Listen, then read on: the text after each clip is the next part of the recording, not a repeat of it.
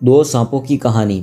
बहुत समय पहले की बात है। एक नगर में देवशक्ति नामक राजा रहा करता था। उसके पुत्र के पेट में एक सांप ने अपना डेरा जमा लिया था। पेट में सांप के होने से राजकुमार दिन प्रतिदिन कमजोर होता जा रहा था। यह देख राजा ने कई प्रसिद्ध वैद्य से उसका उपचार कराया, लेकिन राजकुमार के स्वास्थ्य में किसी तरह का सुधार नजर नहीं आ रहा था। राजकुमार के स्वास्थ्य के कारण राजा हमेशा परेशान रहता। यह देखकर एक दिन राजकुमार अपने राज्य से दूसरे राज्य में चला गया और मंदिर में भिखारी की तरह रहने लगा। राजकुमार जिस राज्य में चला गया था वहाँ बलि नामक राजा राज करता था। उसकी दो जवान बेटियां थी। दोनों रोज सुबह अपने पिता का आशीर्वाद लेने जाती थी। एक सुबह दोनों में से एक बेटी ने राजा को प्रणाम करते हुए कहा, महाराज की जय हो, आपकी कृपा से ही संसार में सब सुखी हैं। वहीं दूसरी बेटी ने कहा, महाराज ईश्वर आपको आपके कर्मों का फल दें। ये सुनकर राजा क्रोधित हो जाता है और मंत्रियों को आदेश देता है, कठोर शब्द बोलने वाली इस लड़की की शादी किसी गरीब लड़के के साथ करा दो ताकि ये अपने कर्मों का फल समय चख ले। राजा के आदेश के चलते मंत्री मंदिर के पास बैठे भिखारी से उसकी शादी कर देते हैं। वे भिखारी वही राजकुमार था जिसके पेट में सांप ने डेरा बना रखा था। राजकुमारी उसे ही अपना पति मानकर सेवा करने लगती है। कुछ दिन बाद दोनों मंदिर छोड़कर दूसरे देश की यात्रा पर निकल जाते हैं, क्योंकि दोनों मंदिर में रहना सही नहीं समझते। सफर के दौरान रास्ते में राजकुमार थक जाता है और एक पेड़ के नीचे विश्राम करने लगता है।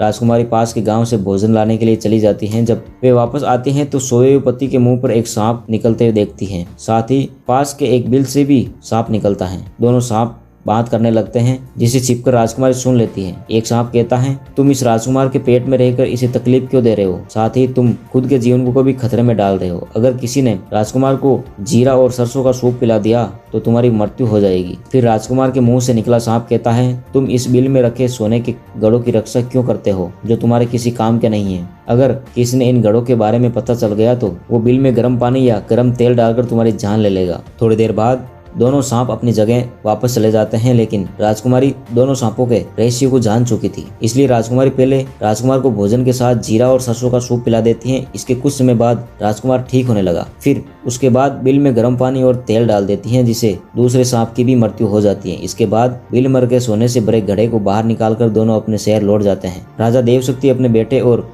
उसकी पत्नी का धूमधाम से स्वागत करता है। इस कहानी से यह सीख मिलती है कि अगर कोई किसी का बुरा सोचता है तो उसका भी बुरा होना तय है। सांप ने राजकुमार का बुरा सोचा तो उल्टा उसका बुरा हुआ। धन्यवाद दोस्तों। अगर स्टोरी अच्छी लगी हो तो हमारे चैनल को सब्सक्राइब करें।